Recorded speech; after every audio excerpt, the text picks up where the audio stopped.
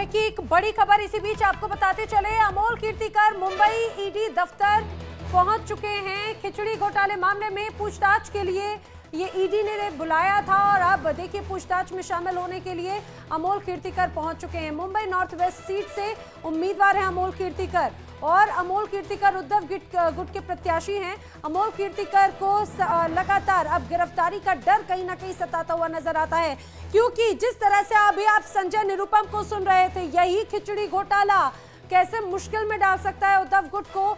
इस बीच जब संजय निरुपम ने खुलासे किए तो एक एक करके कई बड़ी बातें उन्होंने कही। उन्होंने कहा है कि कोरोना में राउत ने घोटाला किया, 1 करोड़ रुपए से ज्यादा का ये घोटाला है। और उन्होंने ये भी कहा कि जब कोरोना में हाहाकार मची हुई थी तो गरीबों की मदद करने के नाम पर बड़े घोटाले को अंजाम दिया गया। संजय राउत का भी नाम लिया, उन्होंने कहा कि बड़े सूत्रधार हैं वो। और इसी बीच एक तरफ प्रेस कॉन्फ्रेंस करके बड़े खुलासे संजय निरुपम कर रहे हैं, तो दूसरी तरफ अमोल कीर्तिकर जो कि इस समय उद्धव गुट के नेता हैं और उद्धव गुट की तरफ से ही प्रत्याशी बनाए गए हैं।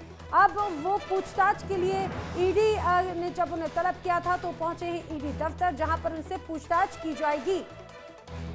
हालांकि आने वाले वक्त में देखने वाली बात है कि आखिर किस तरह से ये पूछताछ आगे की तरफ बढ़ती है, लेकिन कुल मिलाकर ये ज़रूर कहा जा सकता है कि मुश्किलें बढ़ती नज़र आती हैं चुनाव के पहले अमोल कीर्तिकर की, क्योंकि वो अब पूछताछ के लिए ईडी के सामने पेश हुए।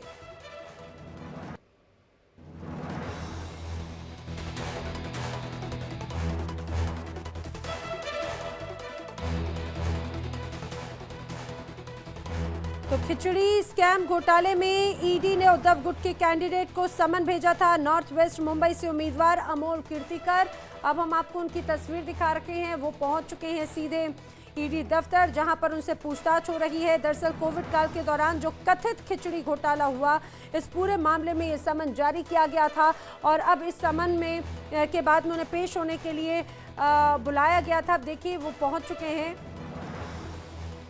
अमोल कीर्तिकर को उत्तर पश्चिम मुंबई सीट से अपना उम्मीदवार बनाया गया है। खिचड़ी घोटाले मामले में उनकी भी भूमिका संदिग्ध पाई है, हालांकि पूछताछ के लिए बुलाया है। फिलहाल कथित घोटाला है। कोविड के दौरान ये खिचड़ी घोटाले की बात सामने आई थी। इस पूरे मामले में जब शिकायत की गई, जांच शुरू हुई, तो एक एक करके कई बड़े चेहरे जरूर सामने आए हैं।